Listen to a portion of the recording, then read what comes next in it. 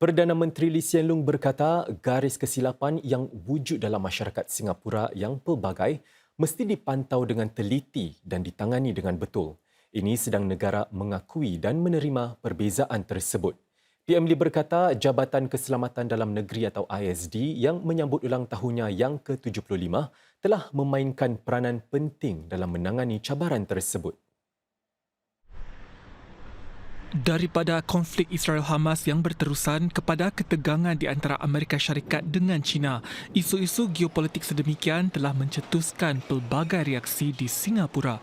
Perdana Menteri Lee Hsien Loong berkata perbezaan perspektif dan sikap terus kekal meskipun Singapura sudah berjaya membina kepercayaan antara masyarakat yang berbeza-beza.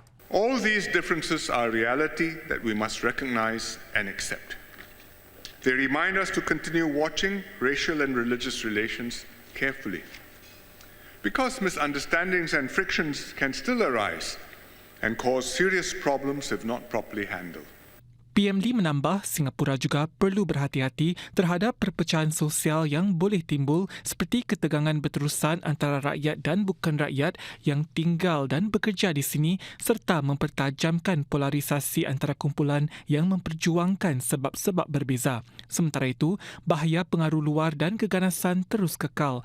Ancaman daripada kumpulan pengganas Islam transnasional telah berkembang. Bentuk ideologi ekstremis yang baharu juga muncul dengan Singapura menyaksikan kes pertama radikalisasi sayap kanan pada 2020.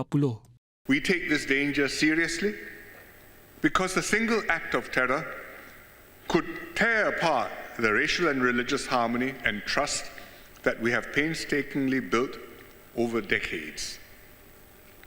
We've seen this happen too often in other countries, and this is where ISD comes in, to make sure our people do not get captured by some extreme ideology or caught up in quarrels which are not ours to sow chaos within our own community. Encik Lee berkata para pegawai ISD ibarat mata dan telinga di lapangan mengawasi trend dan menanganinya sebelum ia menjadi tidak terkawal. It's not by chance that Singapore has succeeded in mitigating and neutralizing security threats to domestic security and to sovereignty all this while. From its post-war roots till today, ISD has been the steady force at our front lines. Tugas-tugas ISD dirahsiakan demi keselamatan operasi tetapi ia mula terbuka untuk berkongsi pengalaman melalui pameran di muzium dan pameran pekerjaan. Encik Lee berkata ini akan menarik generasi pegawai yang baharu dan membantu ISD menjadi agensi perisikan kelas pertama yang diperlukan Singapura. Kerja-kerja naik taraf dan pembaruan bagi 6 sistem teras laluan MRT Utara Selatan dan Timur Barat dijangka selesai hujung tahun ini. 6 sistem itu ialah kayu atau konkrit penyokong landasan, landasan ketiga, sistem isyarat, sistem yang menunjukkan kedudukan kereta api, bekalan elektrik dan gerabak kereta api.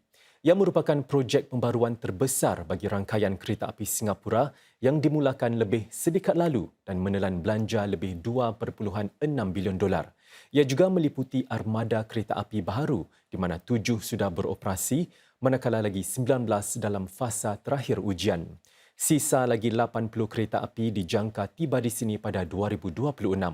Projek ini bertujuan meningkatkan keandalan sistem MRT serta memastikan gangguan pada perkhidmatan dapat ditangani dengan lebih pantas.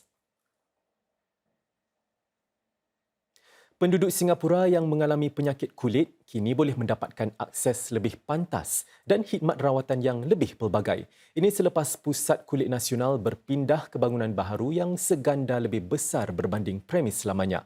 Pusat terbaru ini menawarkan lebih privasi kepada pesakit dalam persekitaran yang selesa sedang mereka jalani ujian bagi alahan kulit. Pesakit juga boleh mendapatkan rawatan intravena bagi masalah kulit tertentu dan tidak lagi perlu dirujuk ke hospital. Pusat ini juga sedang meningkatkan penyelidikannya dalam bidang-bidang seperti mendiagnosis barah kulit. Ini supaya para pesakit boleh menerima rawatan dengan lebih pantas tanpa perlu menjalani biopsi. Pusat ini menerima 280,000 pesakit tahun lalu.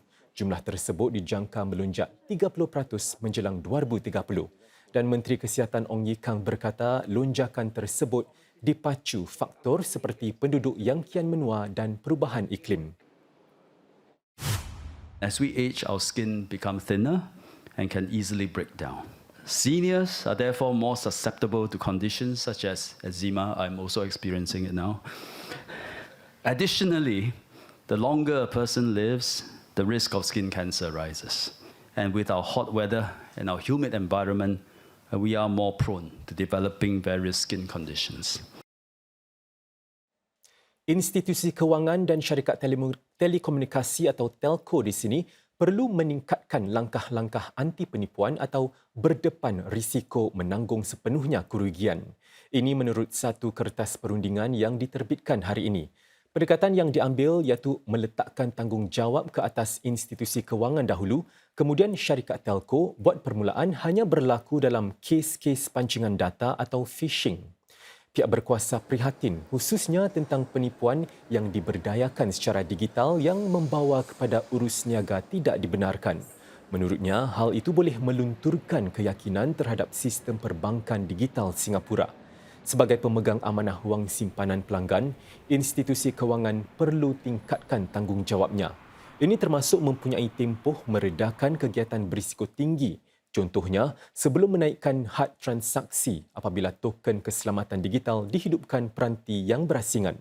Satu lagi adalah Swiss yang membolehkan pengguna menyekat urus niaga tidak dibenarkan. Antara tanggungjawab syarikat telco pula, hanya membenarkan kiriman SMS daripada saluran berwenang dan menapis pautan URL mencurigakan yang disertakan dalam kiriman pesanan. Jangkanya rangka kerja baharu ini bakal diterapkan pada separuh pertama tahun depan selepas mengambil kira maklum balas orang awam.